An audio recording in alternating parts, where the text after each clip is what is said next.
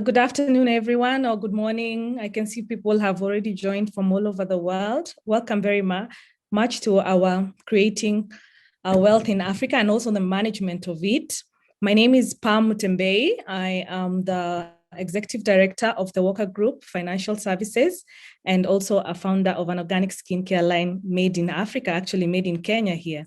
So today I'll be moderating a very exciting session that will have an experienced group of people who will be telling us on what we can do on saving and investing.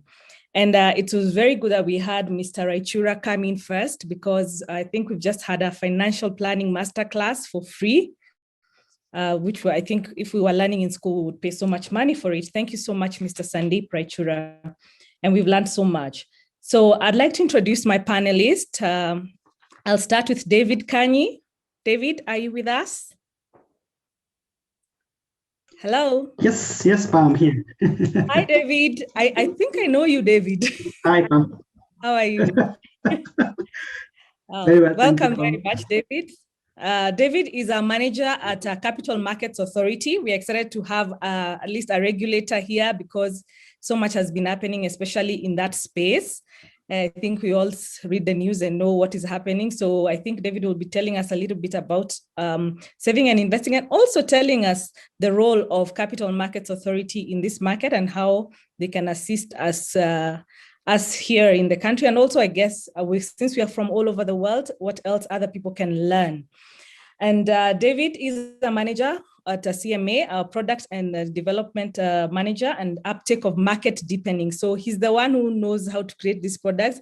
I hope we can ask a lot of questions so that he can also be able to create for us new and additional products that we might require that we can also use. And if you have any questions, please put them in the chat box. We will come back to them later. I'd like also to introduce Madam Nancy Mutugu. Nancy. Yeah. Hi, Nancy. Welcome. Can you hear me? Yes, we can. Welcome to the panel. Nancy is an experienced corporator. She has been in the movement for very many years, over 40 years, Nancy. So we're looking forward to listening to your experience and telling us how we can create wealth. Can you hear me? Yes. Yes, Nancy. Yes. Yeah, I'm saying that you're an experienced corporator, many years in the movement.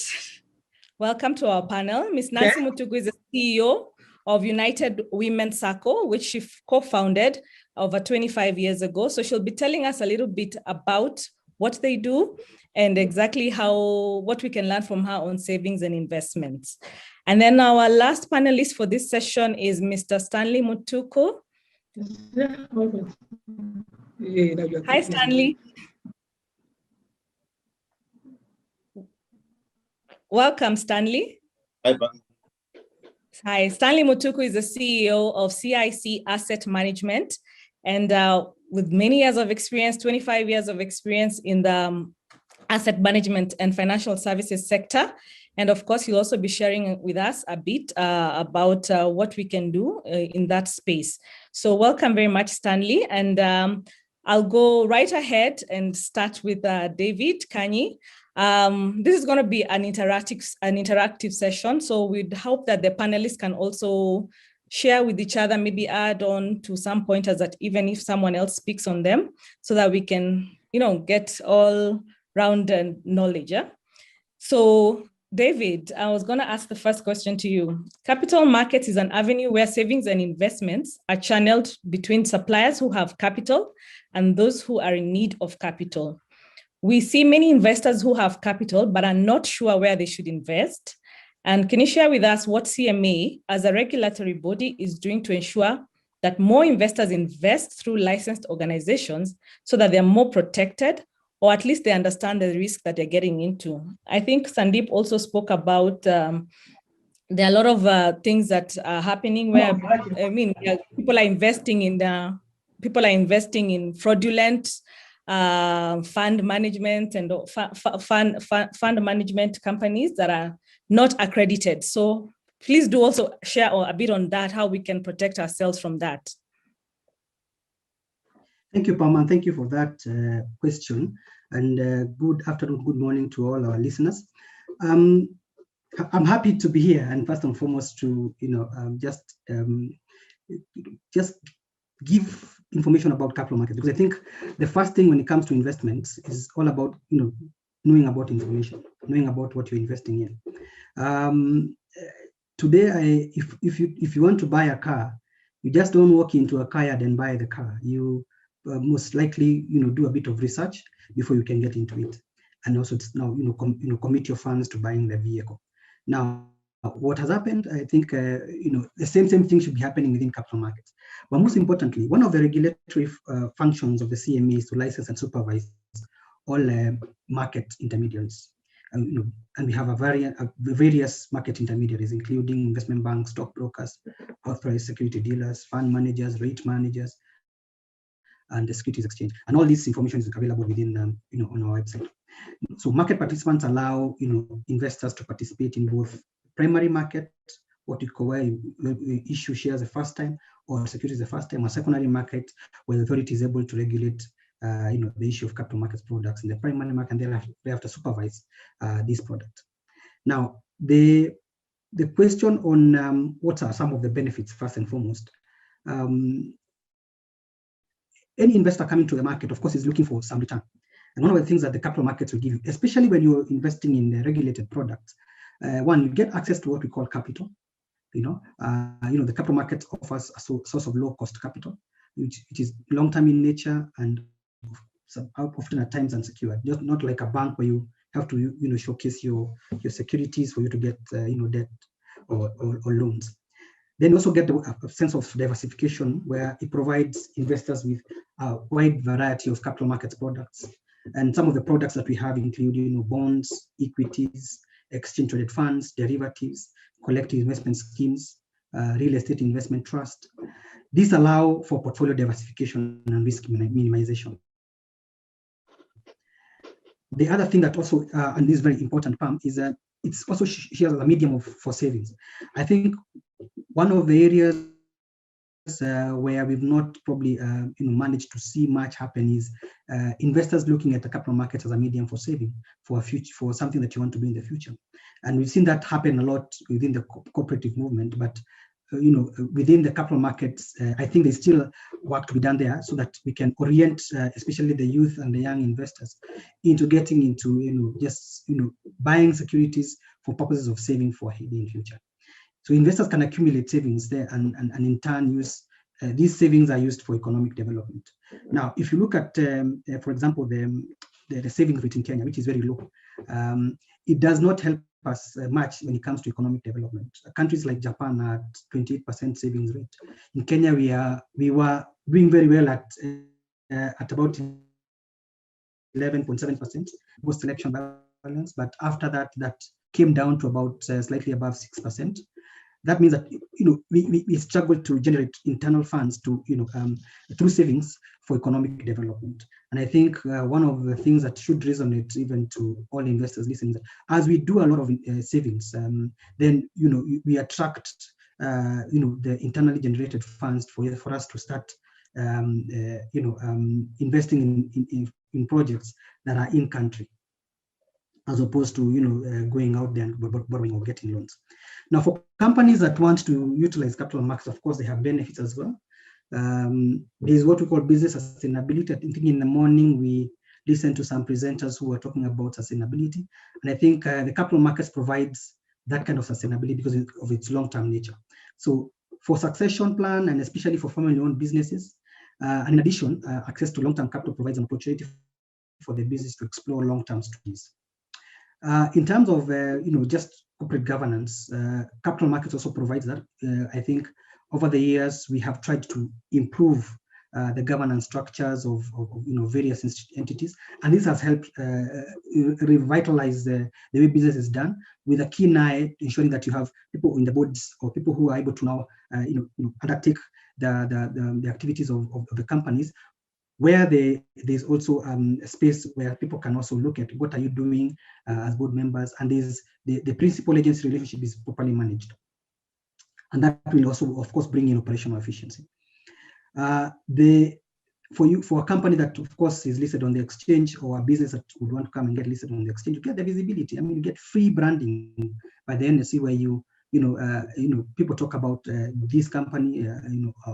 Analysts will also review this company, and this way you get sort of free visibility, and people get to know more about you. Again, capital markets is all about information. If you don't have the information, then it becomes very difficult for you to know what you're investing in, or whether it's viable or not. And it's always important that you try and track where that information can be found. And I think we've done a lot in terms of trying to get this information out there. Another aspect of course, what businesses would benefit from is tax incentives. I mean, new listed companies pay lower corporation taxes and no capital gains when it comes to transfer shares.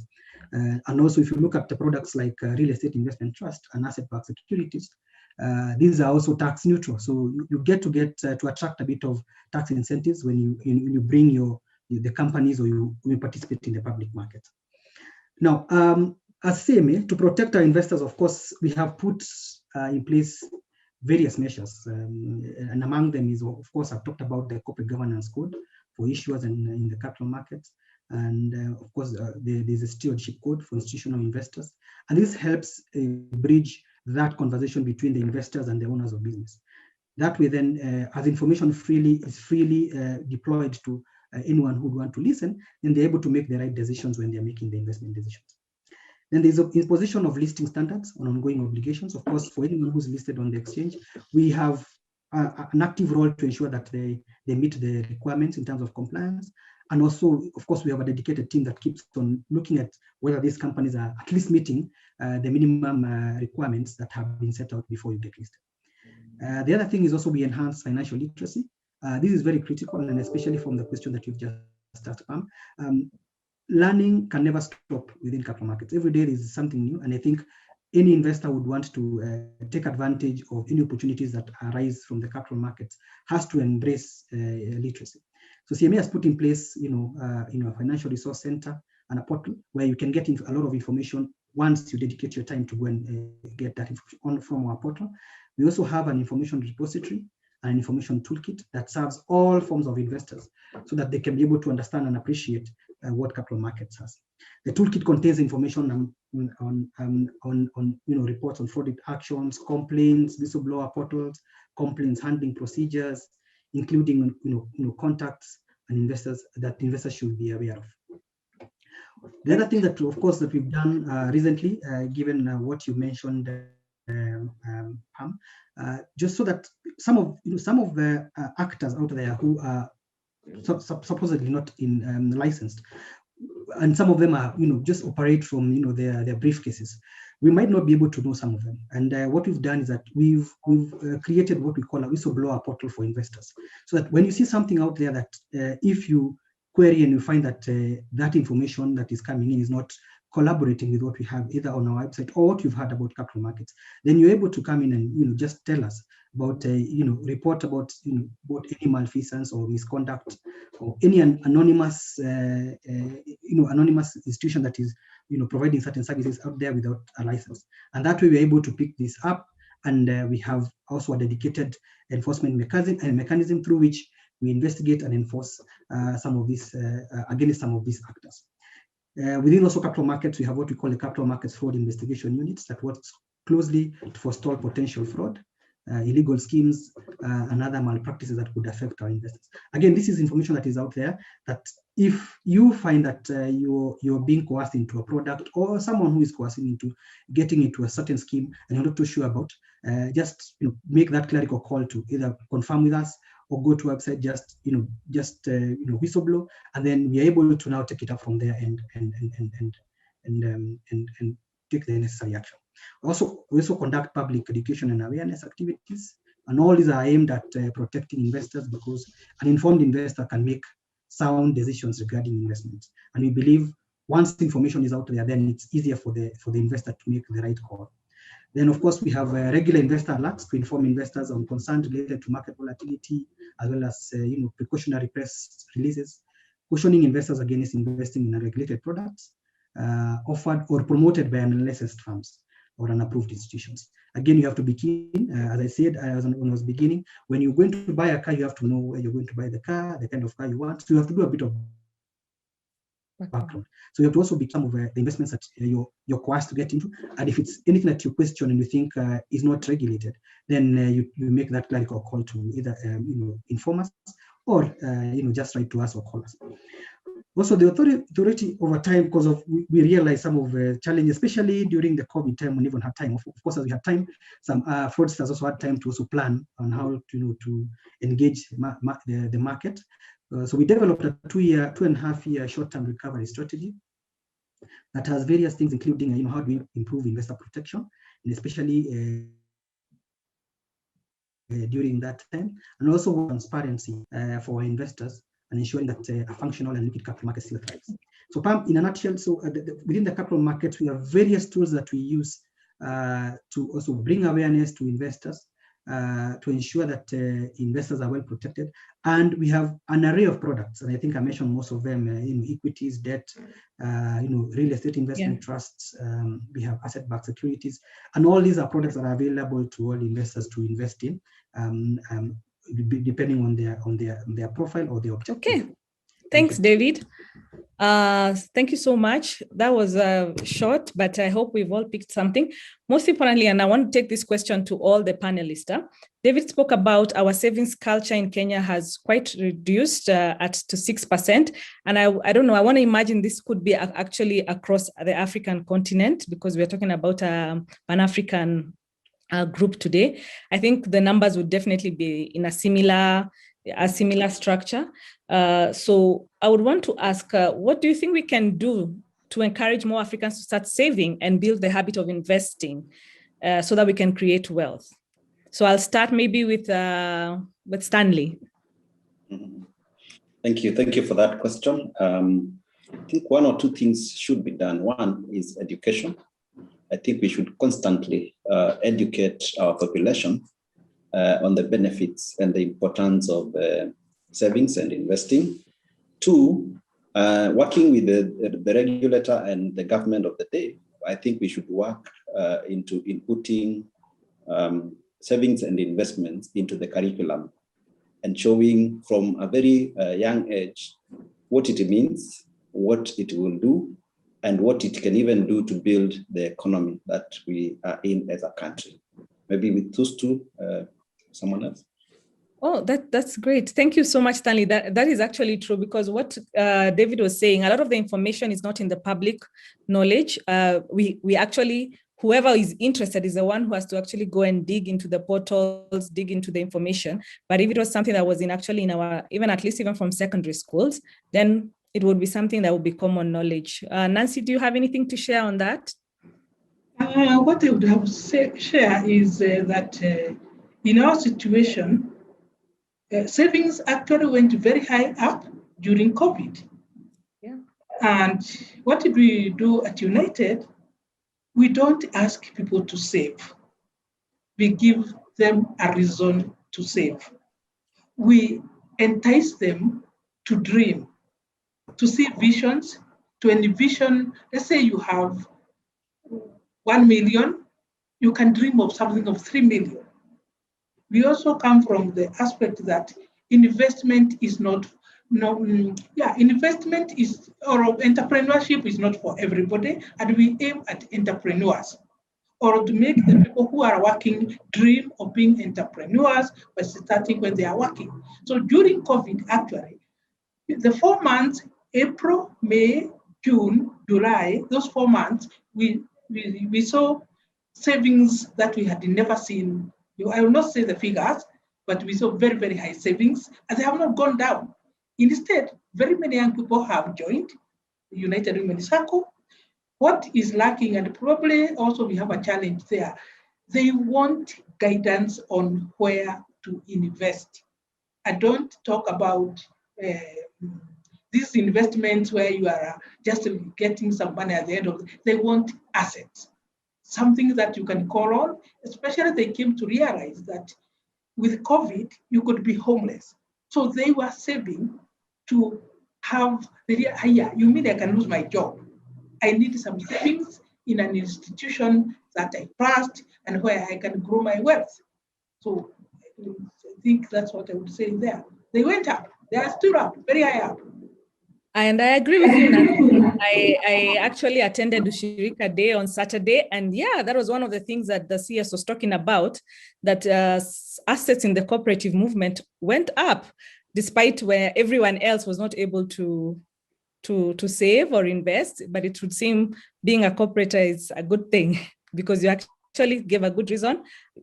People have a reason to save. It's something that they want. And now that we learned about financial planning, even if it was short and brief, but those are some of the avenues that people can do their investment in.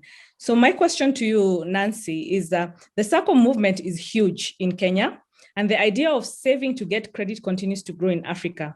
Can you share with us what United Women Sacco offers members to ensure that they're saving for prosperity, and what does the future look like for Sacco members? One, the Sacco is not just for women. One correction, we take men from 2013.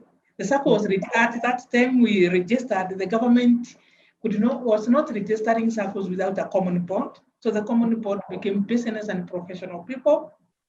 And we also started at a certain level. It's not any person who can join. First of all, joining is by introduction. We also insisted right from the beginning on a certain amount of saving. Initially, it was 10,000 per month, and it has to be 200,000 before one can borrow. So our smallest loan then was 600,000. We took too long to be able to make any money, so we climbed down to savings of 5,000 a month and 100,000 before one can take a loan. Why did we do that? We did it to motivate people to do investment, and also mop up the chamas, where people save in chamas, and then they reach a certain level where they are arguing, should we invest here, should we invest there?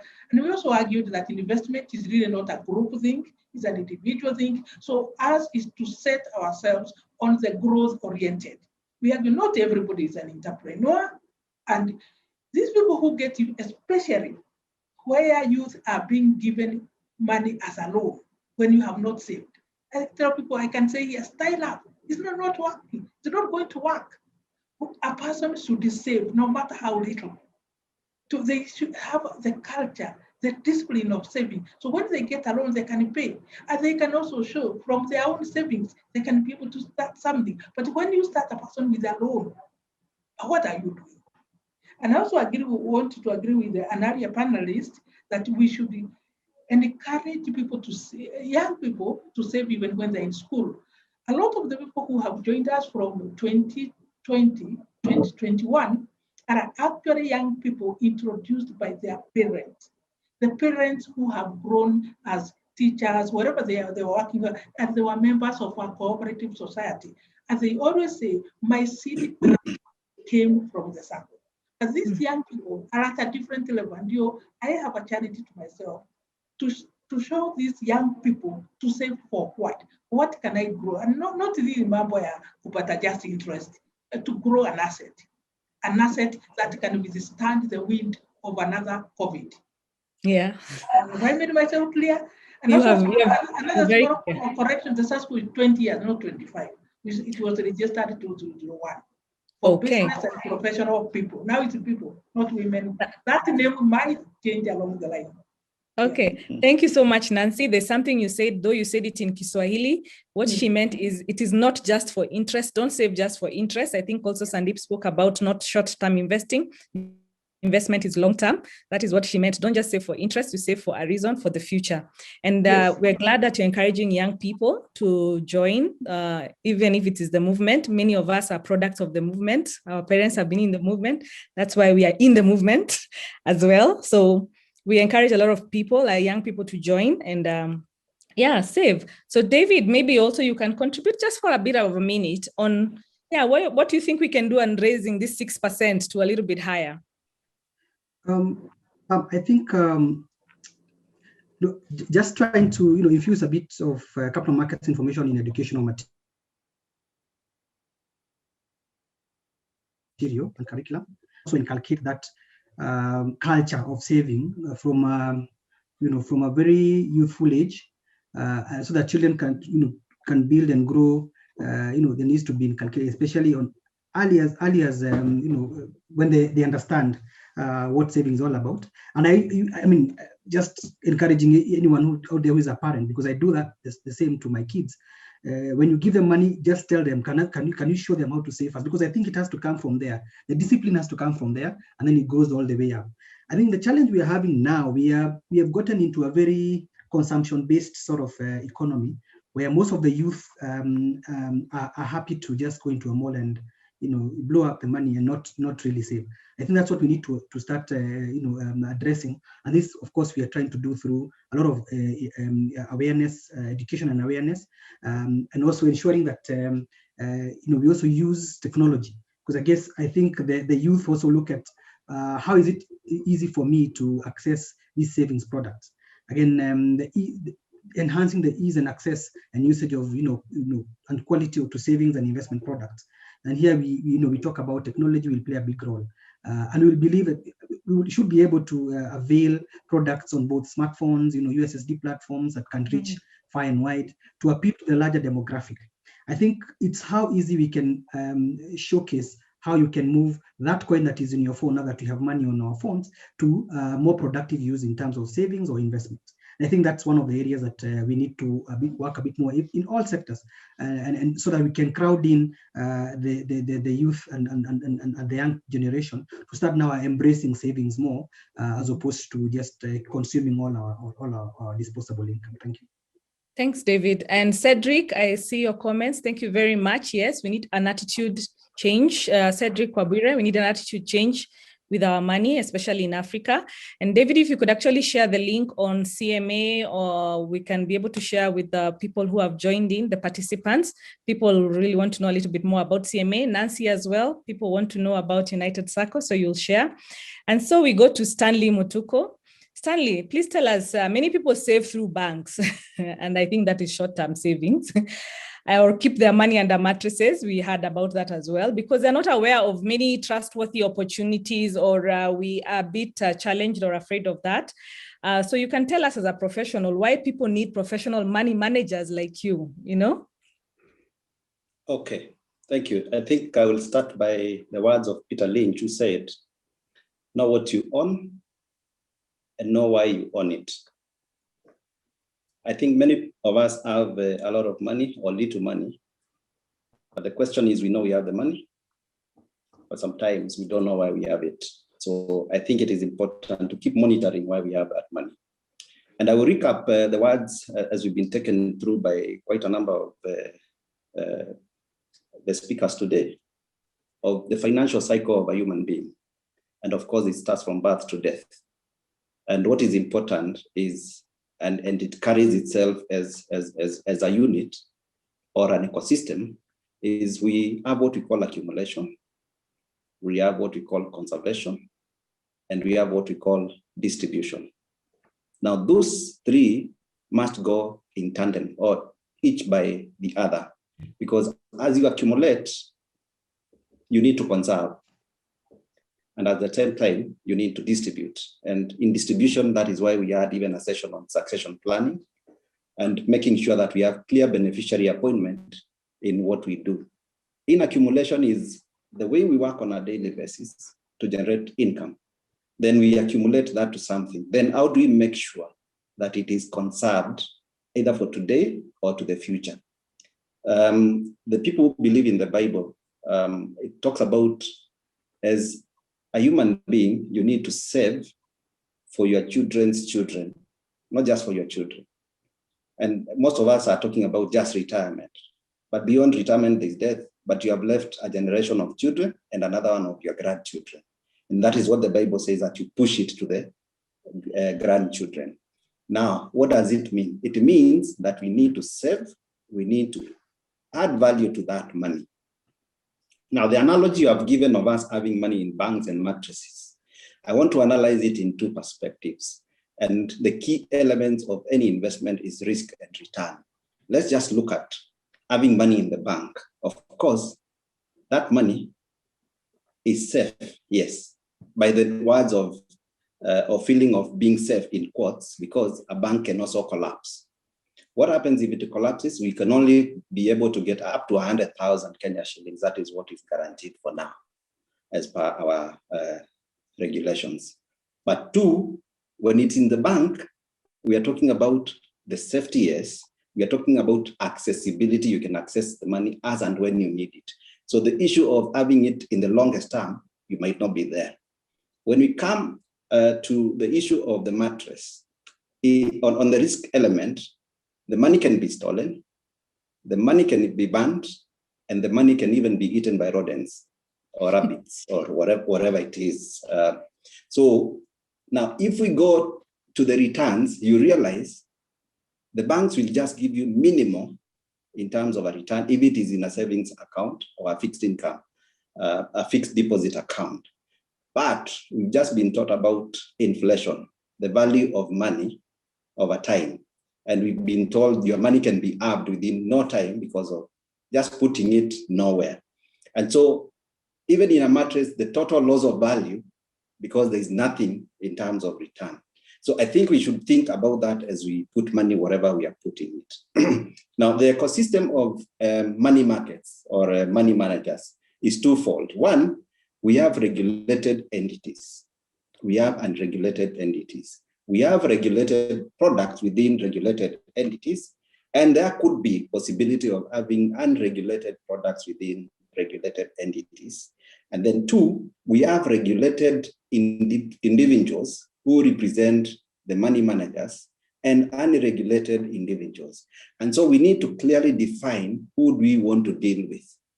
And this is where money managers who are professional will come in terms of bridging the knowledge gap that the investor has and the money manager has, and the regulator has also provided information on that.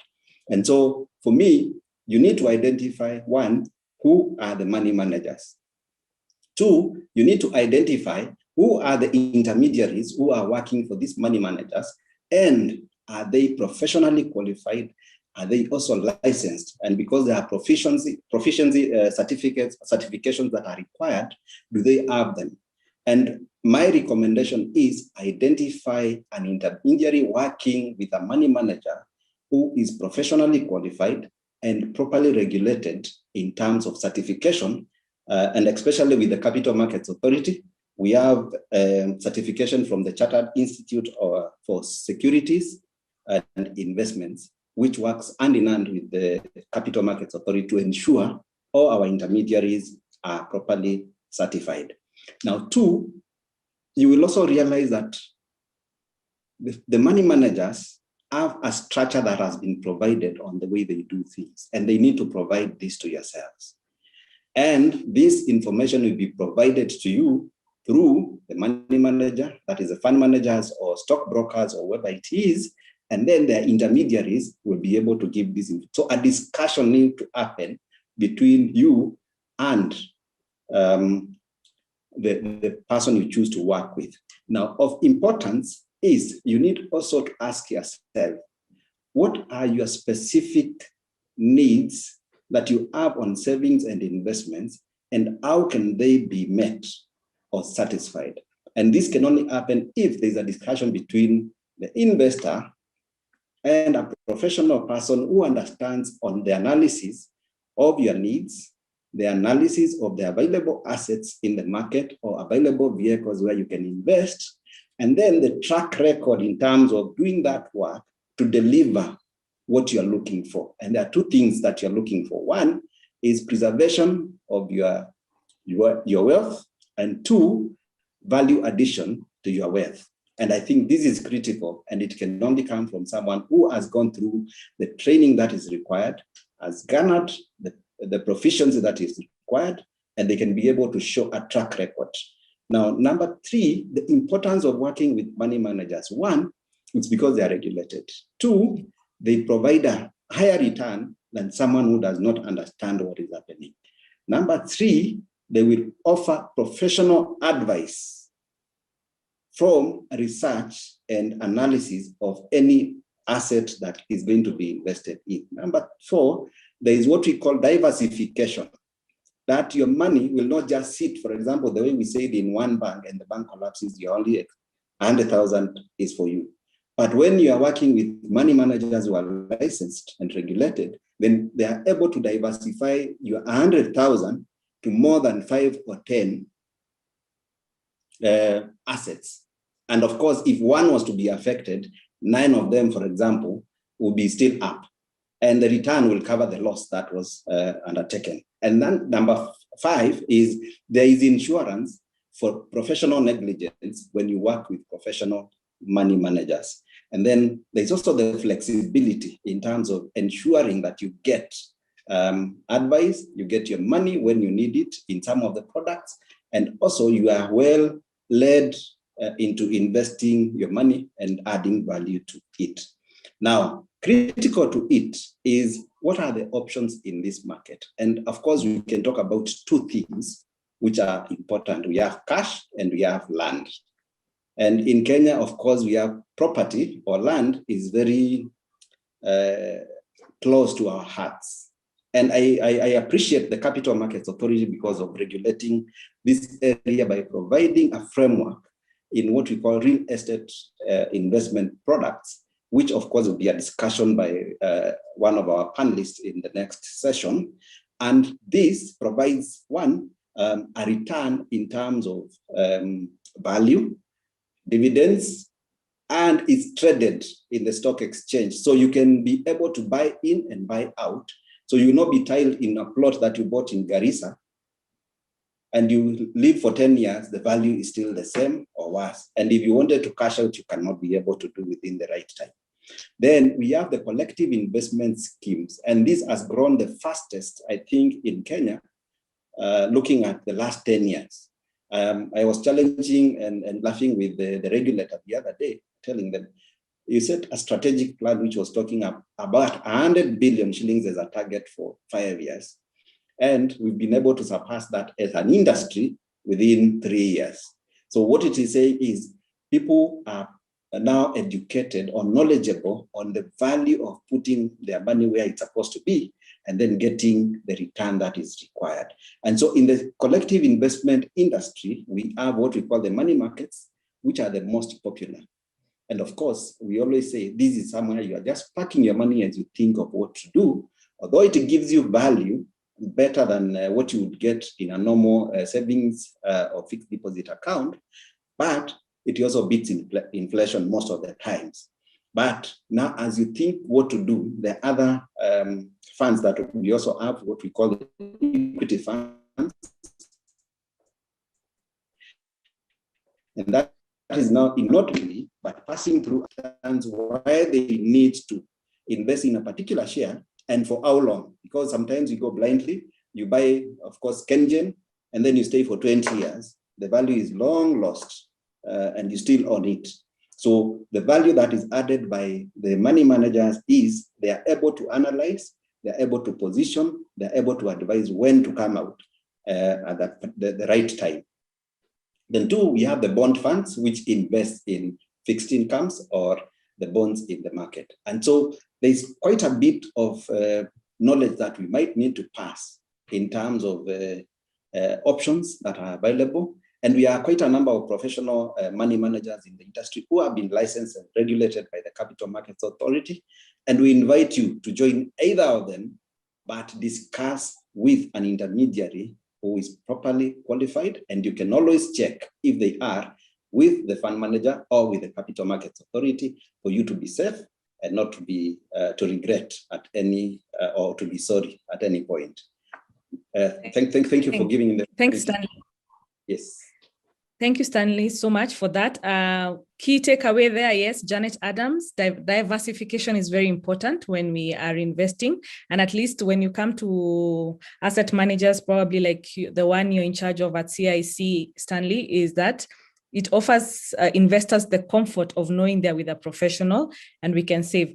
But I have a question for all the panelists. Maybe we can all answer it quickly in a minute or so as to why the African youth are so quick to get into these get rich quick schemes, and we are not keen on saving for the long term. What advice can we give to our young people, for ourselves as well, in this continent and across the world as to how we can save sustainably for the long term? Maybe we start with you, Stanley. Thank you. I think one of the things that I have learned is there is lack of transfer of knowledge and information from one generation to the other. And someone said, where there has been a billionaire, there will be a pauper. And so what it means is there's a generation who generates, but there's a generation who consumes. And we need to bridge that gap. And that is why we are seeing a lot of wealth people in our country. When they go off, then there is a huge fight on how then does business continue, or how is that wealth preserved for future generations. And so I would say one or two things. Let's pass in knowledge or educate the young people. 2, let's advise them on living within their means. 3, let's also advise them and educate them on ensuring that they understand what stage of life they are in and what it means to be in that stage of life and what are the requirements of the future stages of life. Then let's also teach them the theory of facing our savings and investments. You don't have to have a huge chunk of money today, but you can slowly build with a shilling, 5 shillings, 10 shillings into the future. And I think there's a lot of work which needs to be done, and especially on the area of education. Great. Thanks, Stanley, for that. Yeah. Yes, Ria, I see your comment. The parents should teach children the value of money to start saving for them early until they're 18 so that they can follow the same method. And we also remember what we have been taught about being wealthy and well-being, what it means to you at the end of the day. David, would you like to share on that thought? Yeah, thanks, Pam. And I like the comments, because I think it is crucial to remember that you are what you save, not what you earn. Okay, so today, if pension saving was not statutory, probably many people will be retiring without money. But it has given us that responsibility to know that as you save now for the future, you have something that you expect once your productive years are done. Now, the same message should be resonated to the youth, because I think saving and investing are key objectives for everyone. Setting goals is perhaps the most crucial stage when it comes to personal saving. And if this message is not getting to them, then it needs to be inculcated either in the curriculum, or it should be done by every person who has ever saved and gotten to see any value out of it. Now, saving is the act of putting money away for later use. I think that it's not for consumption, for later use. We are seeing a lot of activity in the malls. Today you would find, the youth, investing in foreign markets. In the morning and in the afternoon they're out there, taking pizza and then getting to a shoe store, buying the latest sneaker, and that's it. So there is more consumption than there is for savings. And if you remember in your economics class, you had disposable income, which was made up of your consumption, savings and investment, and then your taxes. Now, if we spend everything on the first part, that is consumption, then savings and investments get hurt. So we need to start now resonating that and also telling them about the importance of saving for a heyday, saving for a bad day in future. And I think the pension industry has shown how that helps, and especially anyone out there who's retired will tell you that if I didn't put this money away when I was productively in active service, then today I will not be enjoying the life I'm enjoying. If anyone wants to achieve wealth sustainability, then they should take charge of their financial destiny. I think that's the message. By setting aside money every month, and their dream will come into reality at some point in future. Yeah, and I know Nancy is doing a lot of work with the young people. Someone asked what Sacco means. Saccos mean Savings and Credit Cooperative Society, at least in Kenya. It is similar to credit unions. I think abroad, they're called credit unions there. So that is what it means. For us in our country, pension is statutory. It is a compulsory savings. I don't know if it is the same with the 401ks and other pension plans abroad. So that actually helps. So Nancy, what are your thoughts? Because you're doing a lot of work with young people to get off these get-rich-quick schemes that... I say again that give the young people a reason to save. what we have done with the young people, if you see somebody has saved 500,000, unless that plot, which is the most common, that if you have 500,000, you can buy a plot of 1.5 million. What does that do? When you have the 500,000 and you have put a plot through a loan, the loan is 1 million. Now, automatically, you have to stop spending because you must pay for that loan. And then we are telling you, when you finish or along the way, you can start building. You can set it to go a little bit higher. So that's what I meant by giving them we have seen these work miracles, especially, to acquire tangible, that the money is not accessible. Again, United Women Sacco, we don't have the front office, so you cannot pull the money. So when you bring the money here, it will be a nightmare. Okay, you have to give us 60 days notice to withdraw. So that gives you time to think, do I really want to withdraw? But the main one is giving people a reason, an ability to dream, to see visions, to envision something they have never thought they could get. And that is what gives. Remember, we don't advertise at all. It's membership by introduction, but we have continued growing because people see something, somebody has acquired this. Where did you get it? United, Nipeleke, take me there. So that is the way we have. I still say the young people, why don't we have a forum where we ask them, because the ones I have interacted with, they actually say, I have stopped doing all the things I was doing because we just get inspired because we are not given a reason to save. Because when you have a loan, you have to pay the loan and we are on your back. And then that way, even your parents are happy because now they say, oh, now they know the little thing we have where we got the deposit. And there's no other way of teaching that kid. Telling people to put money aside, I feel that, personally, I don't think it works because you'll be tempted unless you have invested somewhere where you paying a loan is a job. And today with the CRB, you're also afraid that you may not even get another loan from elsewhere. So that's the way we're encouraging our members to save. Okay, thank you so much. Thanks, Nancy. So on your part, it's giving a reason to the young people. I see Janet saying that there's a lot of people who are also in their 40s and 50s who are falling in these rich traps, getting quickly. So, and she continues to do education daily. So we have seen a lot of these things surrounding education, surrounding technological innovation, teaching them from a younger age, maybe putting them in a school curricula on what savings and investments is. And I think we are running out of time. If you have any questions, I have been trying to respond to the questions that they're being asked. So I'm requesting the panelists to share their official email contacts. If people want to get in touch with you at a later date, maybe they want to get more additional information on also what your companies do. And Anne, do we still have time for one more question? We're actually right at 3 o'clock. So unless each of the panelists have a last remarks, then we can go to the next session. Thank you. Okay, so the panelists, if you have any last remarks, then we can continue to the next question. And I thank you very much for your participation.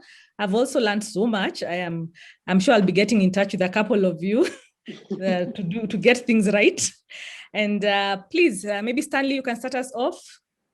Thank you. I think one is to start by appreciating Legal Africa for this and the organizers of this conference.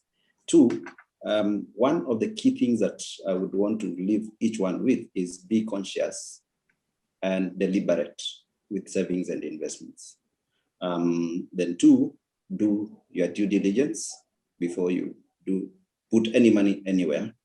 And three, ensure you engage with professional financial advisors. And I think Rigo Africa is one of them, and they're doing a great job. Thank you very much. David? Thank you. Thank you. First and foremost, we thank, of course, Regal for Africa for giving us this opportunity to create awareness. Of course, Pam started by saying we have been in the media for all the wrong reasons, but I guess no publicity is bad publicity. It depends on how you take it and how you come out and express yourself so that you can share information to all and sundry. And I think the capital markets has continued to grow in Kenya, even for anyone who's out there and would want to come and invest back. We have various products. We have set ourselves as a center of excellence within the region. We are speaking to the regional capital markets and ensuring that Kenya becomes the hub akin to what we have in Europe or in Dubai, so that any investments that are coming into this continent and then come through Kenya. If you look at the African continent and take up there, is it Morocco? That's the head, and South Africa as a feet. Where is your heart?